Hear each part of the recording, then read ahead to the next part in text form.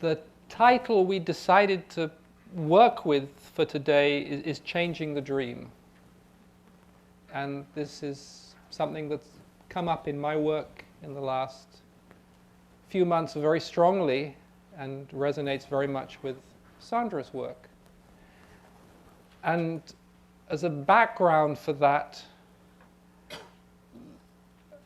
and I don't know what understanding you bring with you, but there is a basic principle that we always live in a dream. Like Shakespeare said, there is such stuff as dreams are made on. We live in a dream. We create a dream. And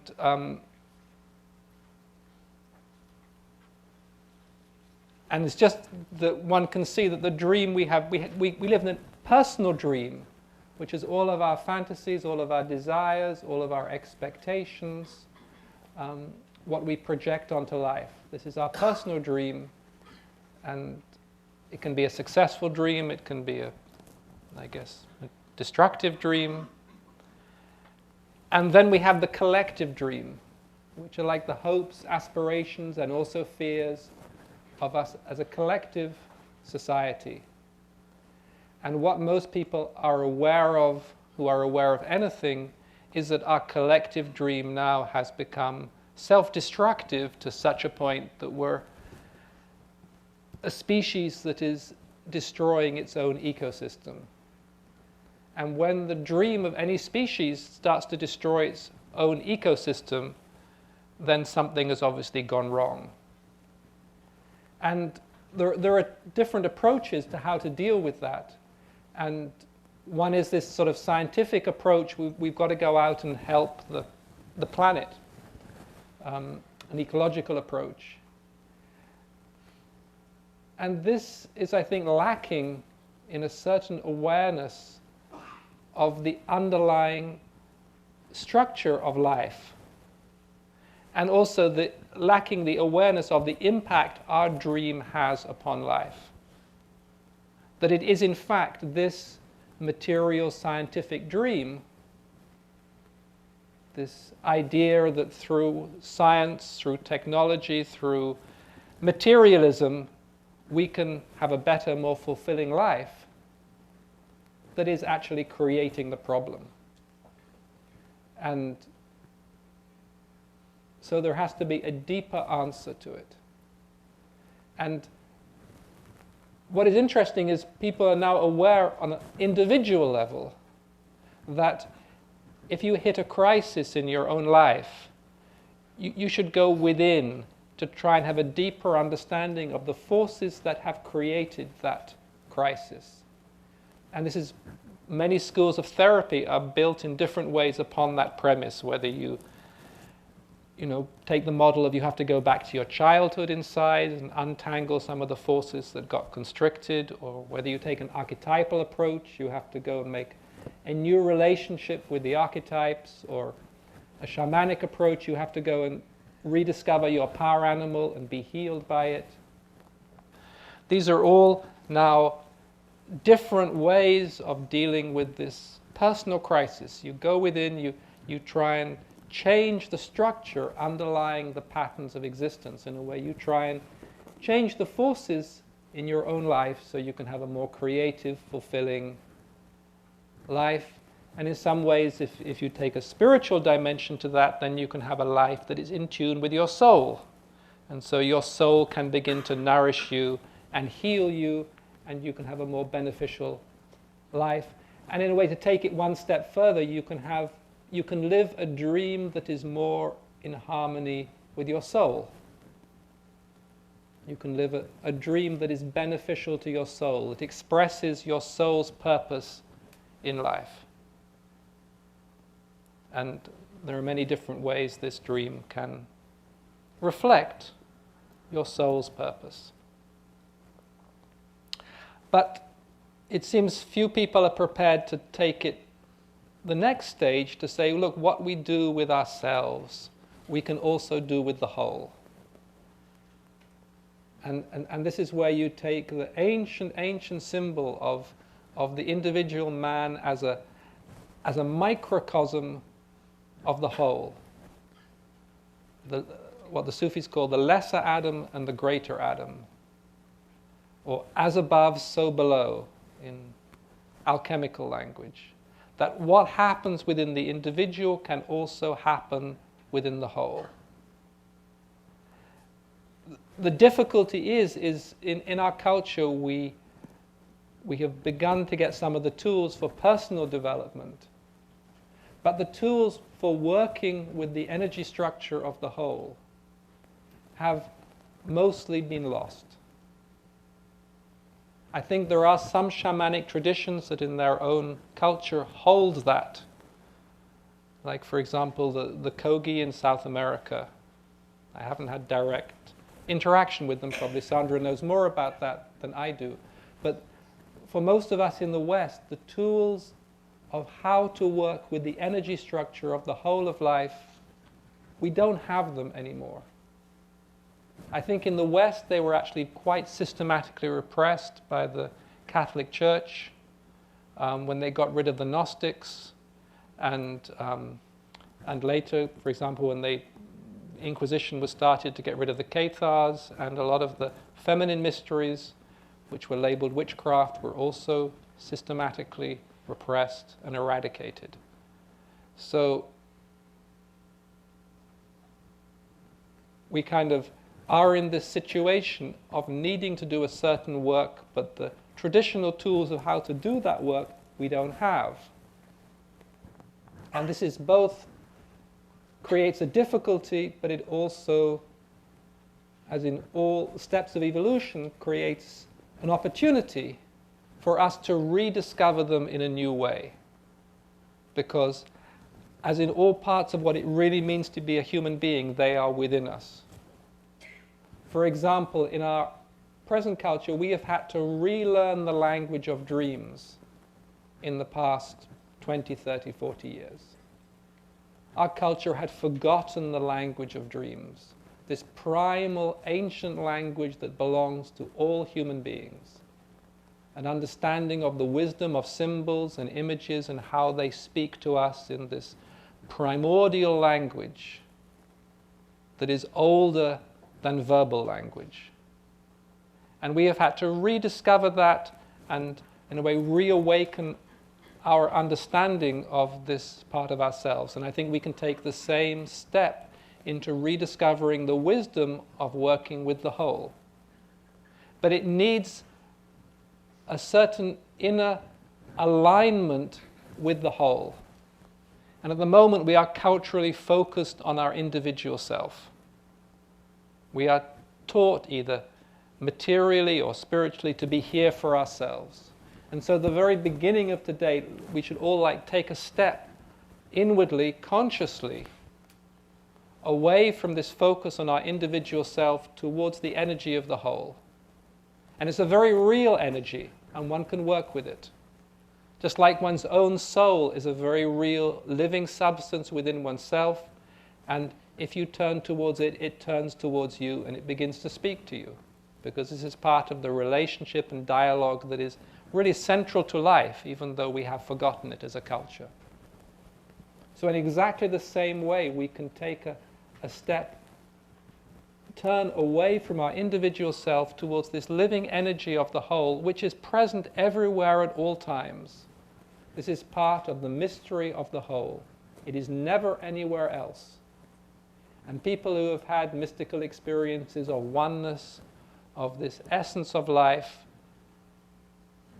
have seen that. It isn't somewhere else. It is in every breath you breathe. And in fact, there are many spiritual practices using the breath to remind one of that.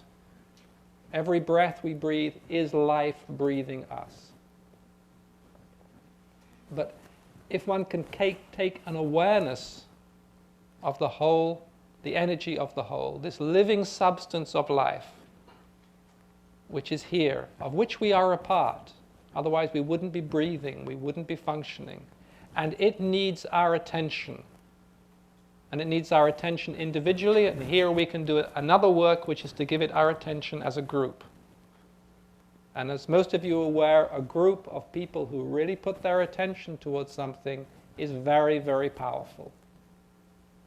because it is both an individual and also a combined effort, a combined intention to recreate a relationship with the whole and then to work with that relationship, not just on a mental level, but on an energy level, with the energy field that is the whole of life that is present here. And the beauty of a relationship with the whole is that it is life. And life is very, very, very old. And life has been through many, many traumatic experiences in this planet over the millions of years. And it has the wisdom that comes from those experiences, and it also has the wisdom that comes from its own divine intention. Just like you have a divine intention within you, and part of all spiritual practice is to connect with that divine intention and then live in relationship with it. This is what is called living a guided life. Life itself is not something other, and it has a divine intention. It is not something abstract, because life itself is an expression of the divine. And the Sufis, they always say, I was a hidden treasure and I longed to be known, so I created the world. So this world is an expression of a divine intention. It is not our intention. And we don't even know, I was talking to Sandra about this just before we started, we don't know the purpose of the world. We don't know how it sees this present moment of crisis and transformation. But we can work with it. We can open ourselves to this dimension of life and say, I am here to participate with you. In exactly the same way as in spiritual practices, we open ourselves to that dimension of the divine and say, I am here to participate with you. But because our culture has, in the last millennia, created this split between the divine and life, between the light, the transcendent image of God, and the divine that is present in life, we have to reclaim the divine presence in life just in order to do that work. This world is none other than the divine.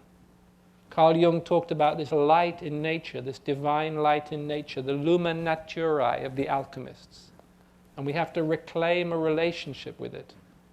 And it's slightly different to what he called the lumen Dei, which is the light of the transcendent divinity. It's a different light, or it is expressed differently. And we can work with it, and we can work with it now, here, today. And we can create a relationship with it, and it will tell us what it needs us to do. Because life is a dialogue. Life is a relationship. And life is alive. And as I say, there is within life this center of divine intention. I only discovered that personally myself about 3 or 4 years ago when I was taken there. I was taken far, far away out of myself, and I was taken to this center of divine consciousness of the world, this place of pure divine intention that is the spiritual purpose of the world. And it is present within life. Otherwise, life would not exist. Life would fall apart. Life would become completely meaningless. In the same way as if you lose that center of divine intention within yourself, life becomes what Shakespeare called just a walking shadow, a tale told by an idiot, full of sound and fury, signifying nothing. And those of you who know your Shakespeare know that comes from Macbeth, when Lady Macbeth had committed the ultimate sin of killing the king while he was a guest in her house. This ancient sin against hospitality. And in the symbolism of the play, the king there is not just an individual, but also represents the highest principle in life. And if you kill the highest principle that is a guest in your house, then life becomes empty. Life becomes just a tale told by an idiot. And that is what is seemingly about to happen in our world. And there is a way to work with life that follows a different thread, that reclaims that divine connection to life, not as something abstract, not as an idea, something you read about in a book, but in our practice it's something you breathe with, something you live with, something that flows with you, and something you make a relationship with. And it has both the ancient knowing of life and also it understands the possibilities for the future evolution of the world. And I say possibilities very deliberately because the book of life is not written down and fixed. This is why the Chinese Taoist sages wrote the Book of Changes as a deep understanding of this wisdom of the Tao, of this wisdom of life. There are possibilities within life. It is not fixed. And it is the different potentials within life that one can work with. And so one can really be when people talk about co-creationism, which has become a kind of popular term now, it is actually real. And I've been fascinated to say in the last few months I've been taken there into that dimension of working with the energies of life. One can change the dream. One can recreate the patterns of life on a primal level. Not just on the surface, because if you do something on the surface, the wind will blow and it will all be gone. But you can go beneath the surface of life to where there are these very, very powerful, very ancient energies. And whether you call them the spirits, you call them the archetypes, whatever, they are the energies that create the images that dominate our dream. That create, for example, our complete infatuation with materialism. Which if you look at logically, going to Target is not going to fulfill your soul. Even getting the latest computer or whatever is not going to fulfill your soul. But we think somehow we have been caught in this dream that it will. So we live in this culture in which we work incredibly hard, drive ourselves, so we can accumulate this stuff. That is the dream. But one can actually go within that structure of life to where these energies are waiting for us to work with. And what are they waiting for? They are waiting for this divine spark of consciousness, which they don't have in the same way. In our path, for example, we are taught that the human being can go even higher than angels. There's a certain point in evolution, a certain point in that the angels cannot go beyond, because they don't have this divine spark of consciousness which can allow us to make a mistake. It's called free will in this world. It's actually a spark of complete divine consciousness, the highest consciousness. And that is why it allows us to make a mistake, because the divine is completely free. Somehow we don't realize that. We kind of limit the behavior of the divine. For example, we think the divine has to be good. That's just because we're terrified of the reality. That good is something we have created in our own mental construct, so we can be safe. And the moment you work with the divine, as mystics, we know we are not safe. We have gone beyond that image of life as something we have to protect ourselves from all the time. We have stepped into this other image of the divine as a lover who is both powerful and destructive and beautiful and terrifying and all of that. But what I want to say is we have this, each of us have this spark of divine consciousness. It is the light of the soul. And when we are born into this world, we bring it into this plane of manifestation. And part of a lot of spiritual practice is learning how to be with it. First, learning to actually recognize you have this divine spark, and then you do practices that teach you how to work with it. And that is what helps you to evolve spiritually, bringing this light into yourself. And that is what guides you on the journey home. But there is another aspect of spiritual work that is not so well known, which is how to use that spark of divine consciousness for the sake of the whole, and how to bring it into the energy structure of life. Because what the alchemist discovered is that spark of divine consciousness is a catalyst. Now, everything in nature evolves. Everything in nature changes.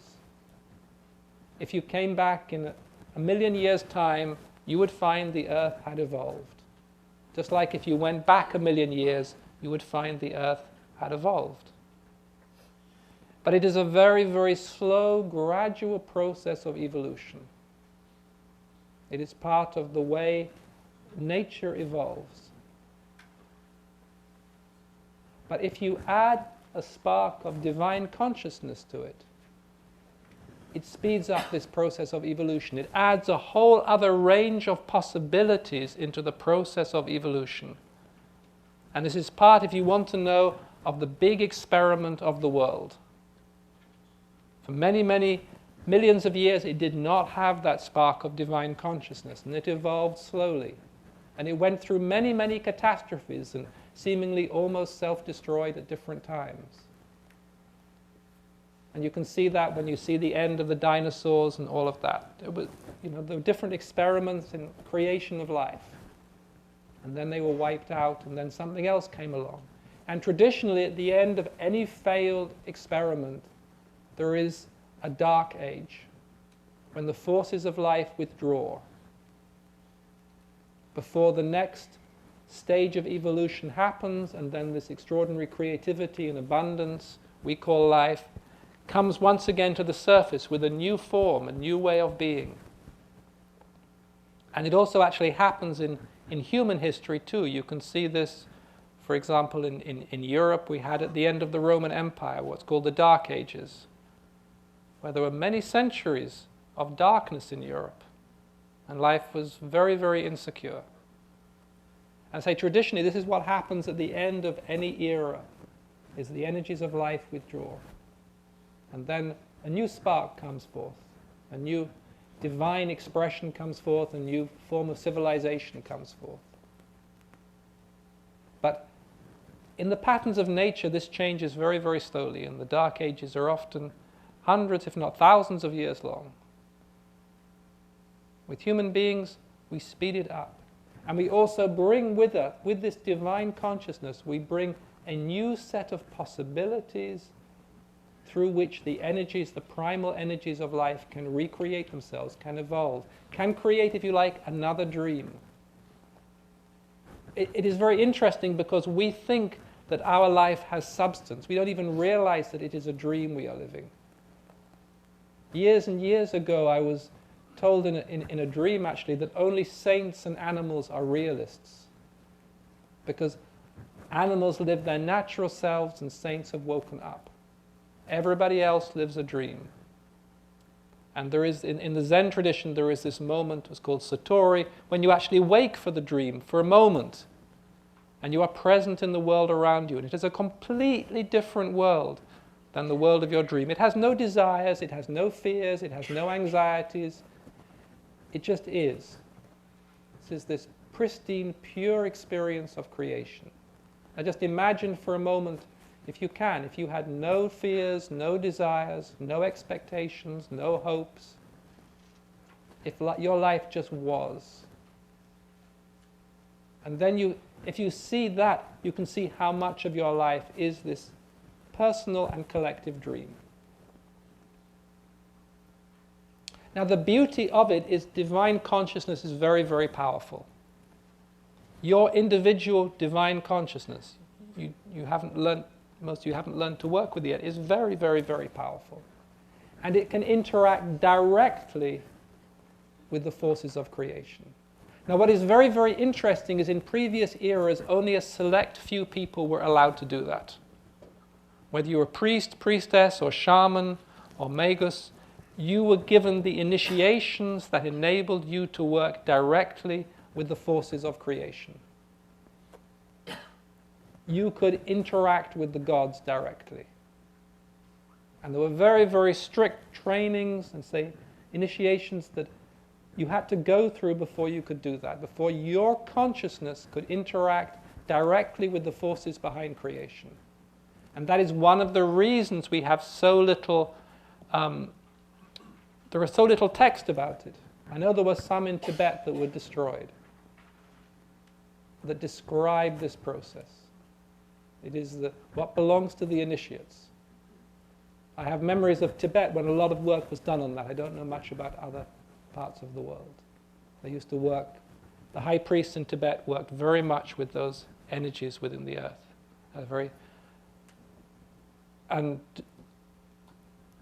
But the difference now in this present time, and this has to do with oneness, is anybody who wants to, with the right intention, can do that.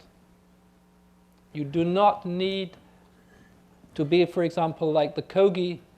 In the Kogi, their shamans actually had to be trained for the first 49 years of their life. They weren't allowed into the light. They were trained in a cave. So they were completely familiar with the inner world and how to work with the inner world. Well, most of us don't have 49 years to go into a cave, and there aren't so many caves around. 7. Yeah, but the high priest had to do 49 years. Yeah, the low priest only had to do 7. My wife reminded me. But at this time in evolution, a certain door has been opened that wasn't opened before. It's a very beautiful door. I've seen it. It's been opened.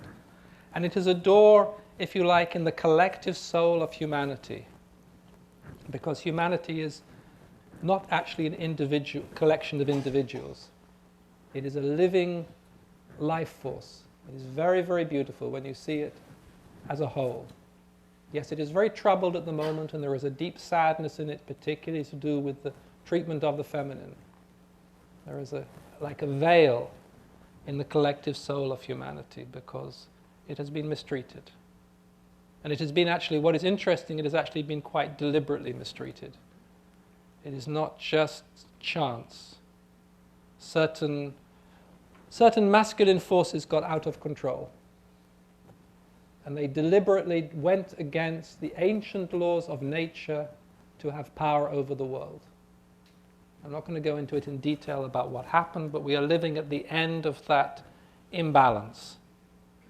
They decided that they wanted complete control over the forces of nature, and they went about it very systematically without caring at all about what was sacrificed in this journey of domination. And it also has had a certain effect, which means certain old ways of working with the energy of life are closed. There is too much abuse has happened. In the same way as if a human being is abused, if you work with them psychologically, there are certain avenues that are closed to you. You have to find a back way in. There is too many wounds to directly confront the human being. Too much anger comes up, for example, if a human being has been abused. And this patriarchal abuse, not just we see the abuse on the outer, we see the ecological abuse, but actually abuse of the energy structure of the world, which is something very sacred and very beautiful, and a misuse of its energies for the pure purposes of masculine power have created a certain effect. That means that traditional ways in a more harmonious culture of working with the energies in life are almost inaccessible. If you are very, very wise and have deep, deep understanding of life, you can probably find your way in there. But there is also part of the mystery of life, and it's what Rumi says somewhere. He says, when all doors seem closed, then a mysterious door is opened somewhere else. And the beauty of this mysterious door is it's open everywhere. And because it's open everywhere, nobody sees it. It's one of the great jokes. The Sufis always say, if you want to hide something, put it in plain view. It's one of the great esoteric secrets of humanity. Then nobody will notice it. If you give something away, nobody will take it as has any value. And what it means is a certain direct connection to this energy structure of life is now directly accessible within everybody's heart. It's not in their mind, but it's in their heart. If you have a certain attitude of compassion and care and love, you can be there, right at the source of creation, and you can participate. If you want something for yourself, then the door is closed. And I have seen people come to that door and then decide, oh, they wanted something for themselves. And it's like in those fairy stories or in Lord of the Rings, then it becomes a mountain wall and you cannot go through. But if you come to that door in your heart that belongs to all of life, that recognizes that all of life is sacred, and you come to it with the simple attitude of one human being wanting to help life, then the door is open. And then you are given access to energies within life that used to belong just to the initiate. And then your consciousness can go there. And your consciousness can participate in the real work of co-creating, which is to co-create a new dream. To give humanity a new dream. Humanity as a whole, as every living person on the planet, is not going to wake up for many, many thousands of years. There is a possibility, it is written in the book somewhere, many millennia in the future. This is the bodhisattva motive. The bodhisattva has to stay here until every living thing is enlightened. So the whole of humanity is not going to wake up completely. But it can be given a more beneficial dream, a dream that nourishes the soul, the dream that nourishes the soul of life, a dream in which the energies within life can be used beneficially. And to me, the most visible expression of this new dream is oneness. And as far as I can see, that is the core of the new dream that is being offered to humanity. Now, it is not a thought, it is not a concept, it is a living energy of creation. It is alive. Oneness actually is a divine imprint within creation. There are certain divine imprints within creation. And at different eras, humanity has been given the knowledge and the spiritual understanding of how to work with those divine imprints. There was actually a time, believe it or not, long, long ago when the warrior was a divine imprint within creation that needed to be lived. Not in the way we see it now, in a completely different way. It had to do with a certain sacred energy being made manifest.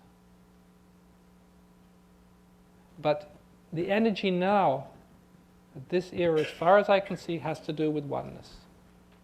And it has to do with oneness not as an idea, but as a living substance. It is part of the mandala of life.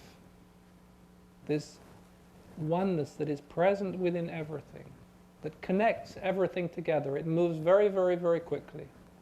Everything is connected together in oneness, but it is there as a latent imprint in the energy structure of life, in the living substance of life, underneath the surface. When the primal energy of creation first begins to manifest, it carries that imprint. It does not mean that it is going to automatically come into human consciousness, because there are many, many people who are alive today who have no understanding of oneness at all, who actually live their whole life based upon the fact that they are separate from everything else. And they want to get whatever they can. I think it's called the American dream.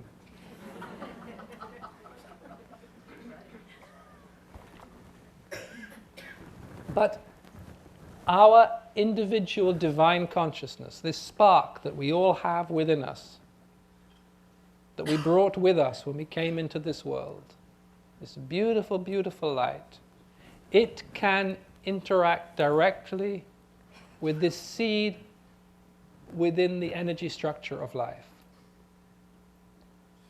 And then many, many, many things can happen that couldn't otherwise happen. It's very, very simple.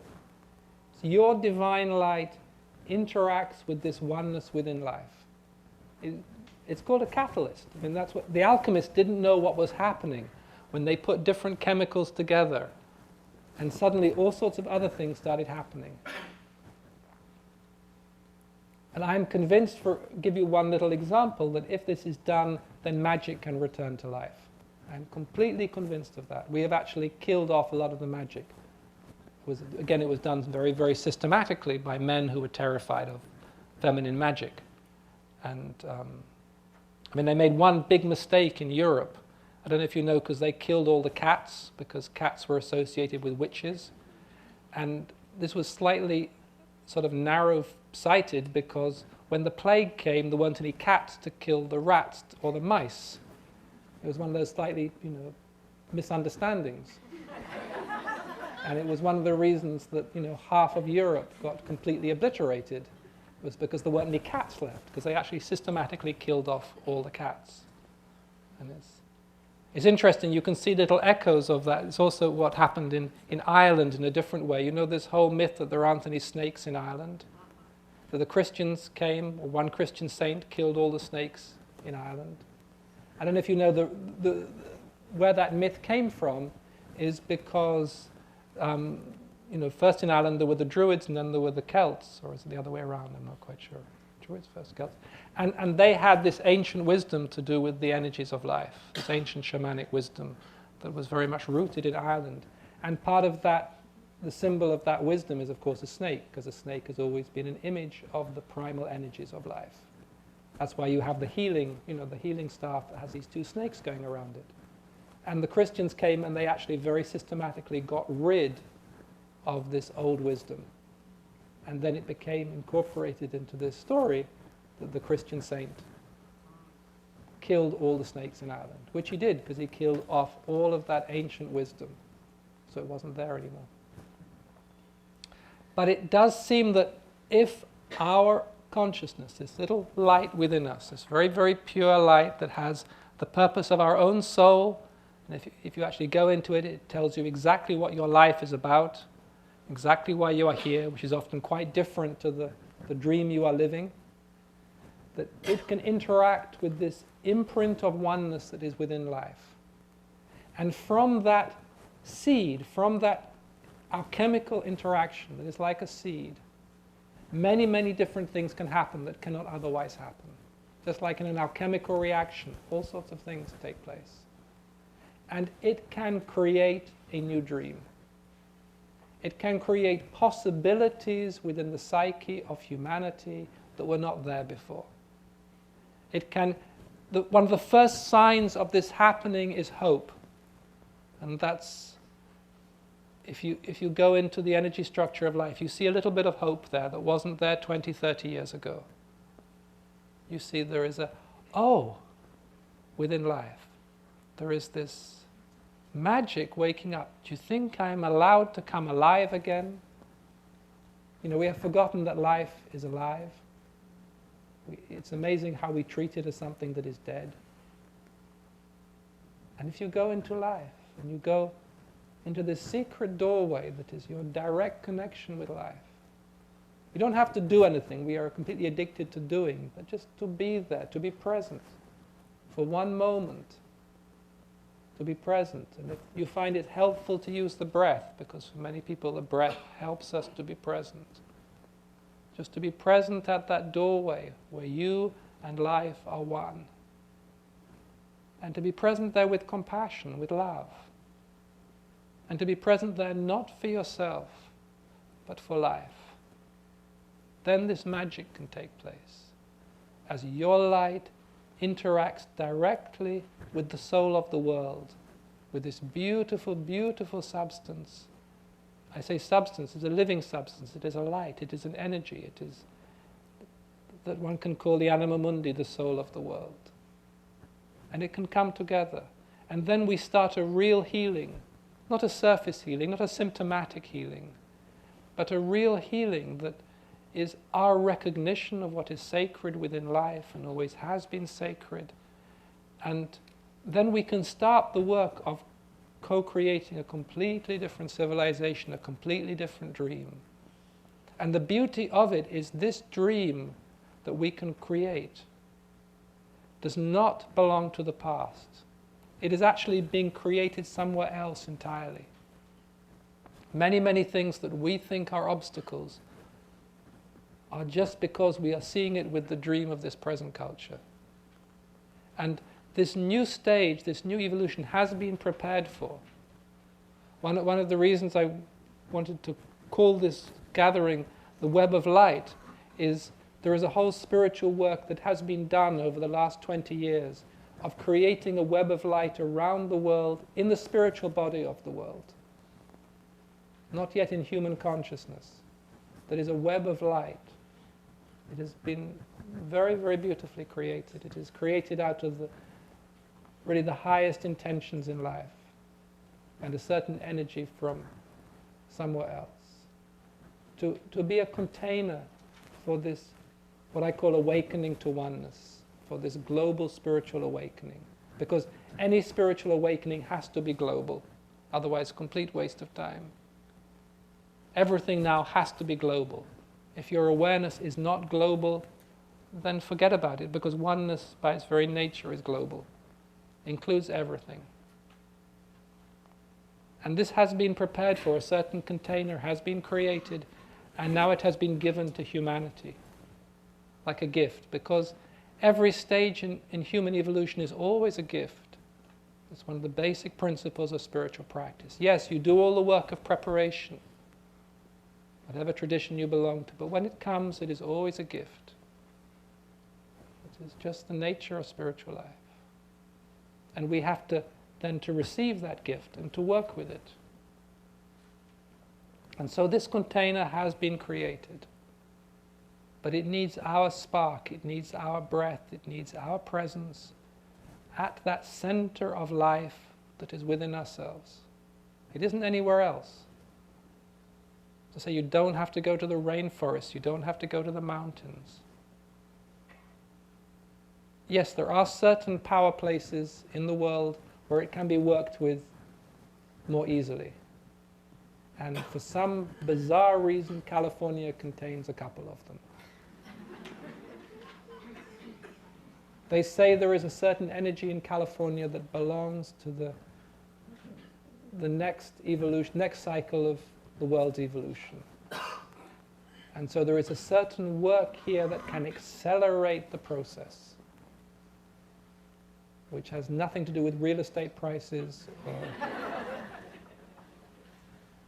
but maybe it does. Maybe everybody is in California because, anyway. But there is a certain energy here that can flip on a switch. And it hasn't actually yet been fully activated. A little bit. A few little experiments have been done. But where something can wake up more easily than somewhere else. It has to do with the magnetic structure of the world. And the fact that the magnetic structure of the world is actually changing. It is very subtly changing. And one of the places where it has the most direct visible impact is actually in California. And so there is a certain work that can be done here more easily. It doesn't mean it can't be done in other places, but you can have more direct access to a certain energy that is, when you know that you need a spiritual energy to work on yourself. It's why you find a teacher, it's why you meditate, but there are also certain places in the energy structure of the world that are more accessible that can bring a certain energy to the surface more. I think in England, Stonehenge once was one of those places. And,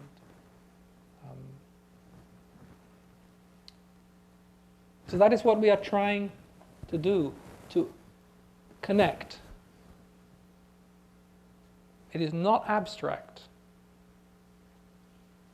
It has to do with a living presence within oneself and a living presence within life. And a yes. If you're a maybe a kind of a person, then forget it. Because a maybe will draw you into all of the doubts and the disaster in this present dream. It is just, look around you, even here. I mean, if you're a maybe kind of a person, you will be dragged into the despair of a dying culture, which is not a very pleasant place to be. There are very, very, very strange things going on. Some of it on the surface and a lot of it under the surface at this present time. And if you can, you don't want to put too much attention there, because it will drain all of your energy out of you. And you will be trying to fight battles with a culture that is dying. There's this lovely quotation I read a while ago: in each age there is a dream that is dying and a dream that is being born. And the work we are trying to do here is about the dream that is being born.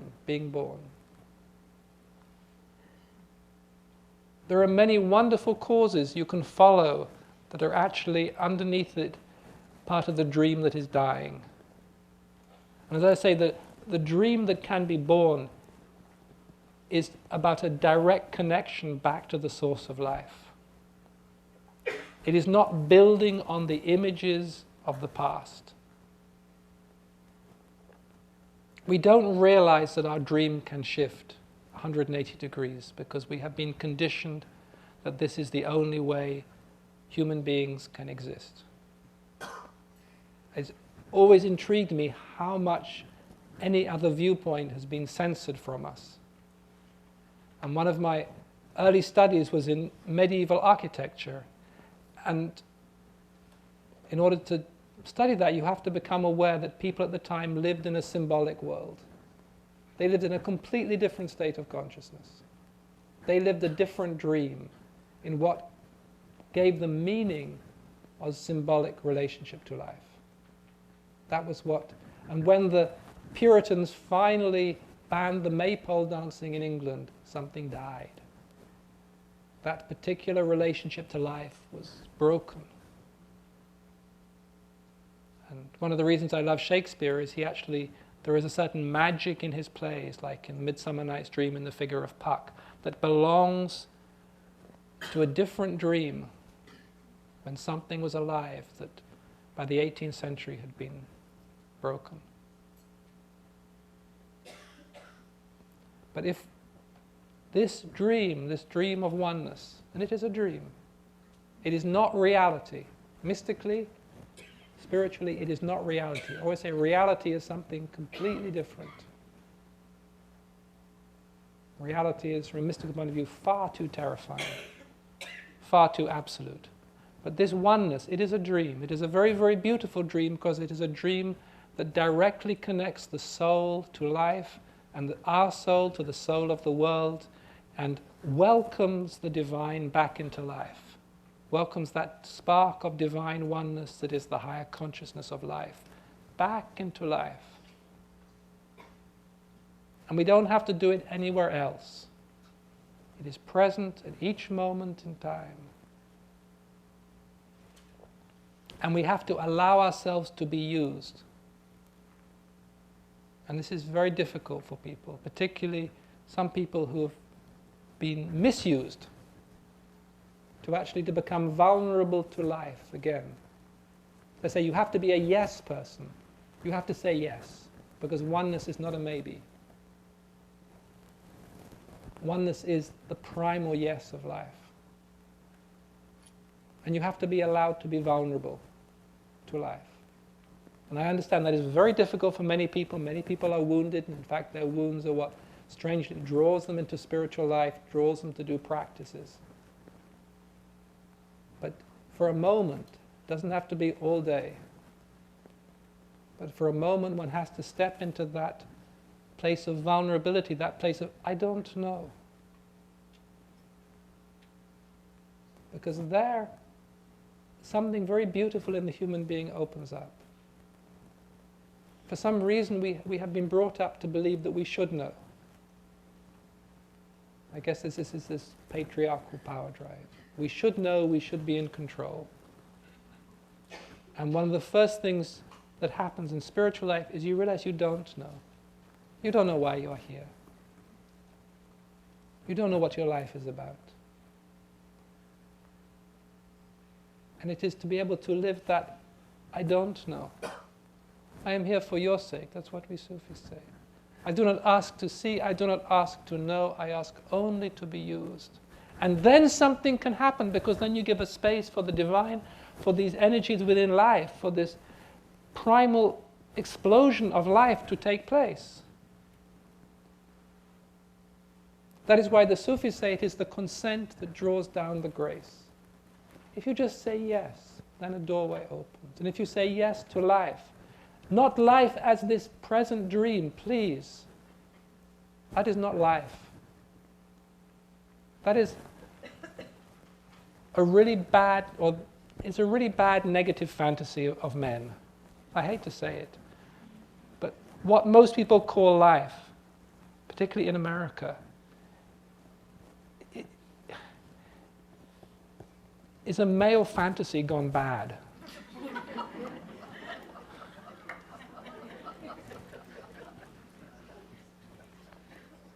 It's like giving a guy all the toys and gadgets he could ever think of and saying, you don't have to relate to anybody now.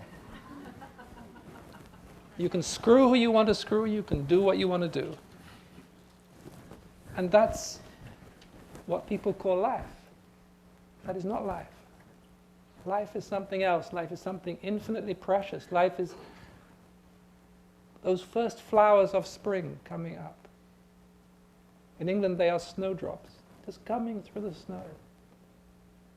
That is life. That is full of hope. That is full of expectation. That is also full of beauty, full of, I don't know what it's about.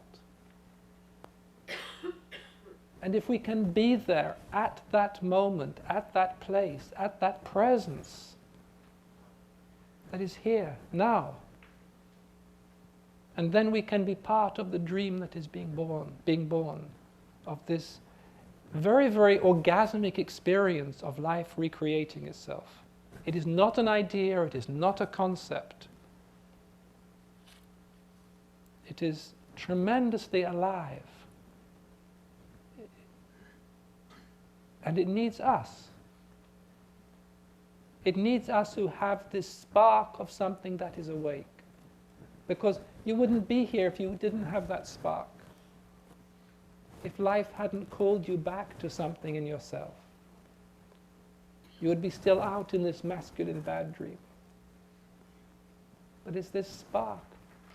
Something in you has responded to something much, much deeper than you know. Much, much older than you know consciously. That is about you, and it is about life and a relationship. And it is very, very simple. It is not complicated. It's very, very simple. It is about life recreating itself with the help of the divine consciousness that is within individual human beings. That means your divine consciousness and its relationship to the soul of the world, to this beautiful, beautiful energy that is life, as it always was, before it got covered over, before it got stuck somewhere. The danger is if we don't do it consciously, this is a very real danger, if we don't do it consciously, then the energy within life will do it of its own accord negatively, or it will appear negative to us. It will do it through violence. It will break out of this dream violently, destructively. And then it could take many hundreds of years for humanity to recover. I think Jung said somewhere, if you don't acknowledge something, it happens to you as fate. And if you look at the forces in the world, they are teetering on the edge. They can last another 20 years or so like they are at the moment. Maybe less, I don't know. I don't like to look too closely.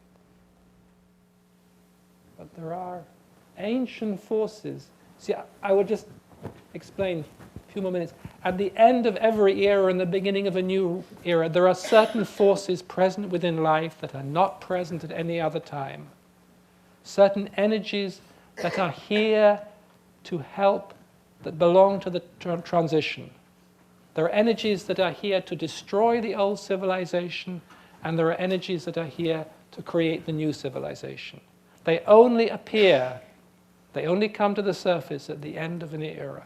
Otherwise, they then withdraw back into the depths. They also happen at an individual level when you come to certain transitions in your life. And certain forces come from the depths within you that only appear at that time. And they have a certain violence to them. And that violence is needed to both destroy and create, because that moment of destruction and recreation is like birth. And many women know birth has a certain violence to it. And there are those forces here. And we have no idea what they will do. Because they belong to the very depths of creation. They belong to life needing to change to survive. And we don't even have really much of a memory in our culture of what they are about. And if we don't relate to them, if we are not there to welcome them in, they can be very, very, very destructive. Just exactly the same as in the life of an individual, when there are forces from the unconscious that are pushing you to make a change, a transition in your life. You can either go there and work with them beneficially and creatively, and you only then get a minor breakdown. Or you can deny them. And there are people who've ended up in hospital as a result, who have been forced through an accident or an illness to lose their present life structure. And many of us know people like that. Maybe some of you are people like that. And exactly the same, except the forces in the depths of creation are very, very, very powerful. There was a little echo of them in what happened in the last year, in the tsunami, and what happened in New Orleans. They are like a little, delicate little introduction on the piano. Yeah?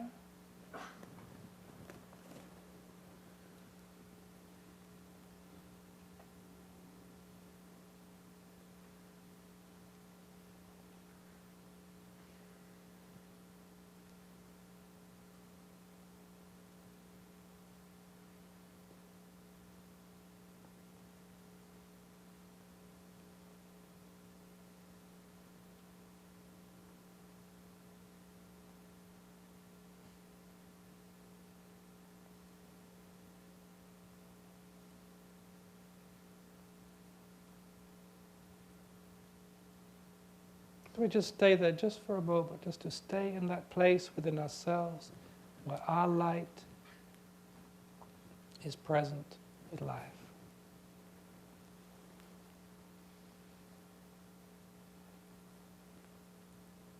And breathe with it so it goes beyond the mind. Breathe with it so it's part of the body. And remember, your breath is the breath of life.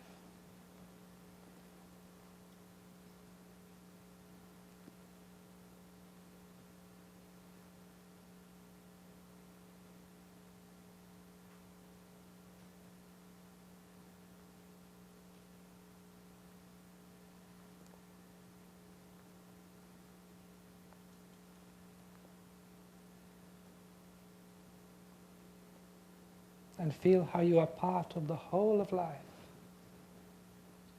All of life, everything.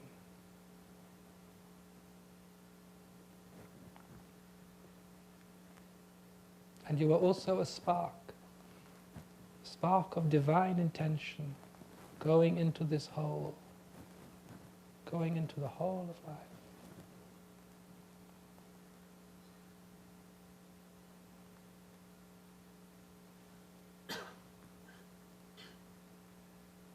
And that is where miracles can happen.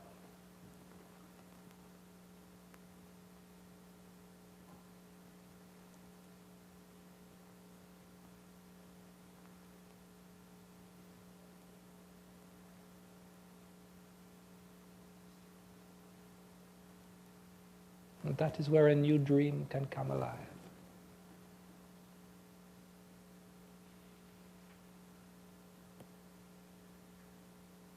As it has done many times before.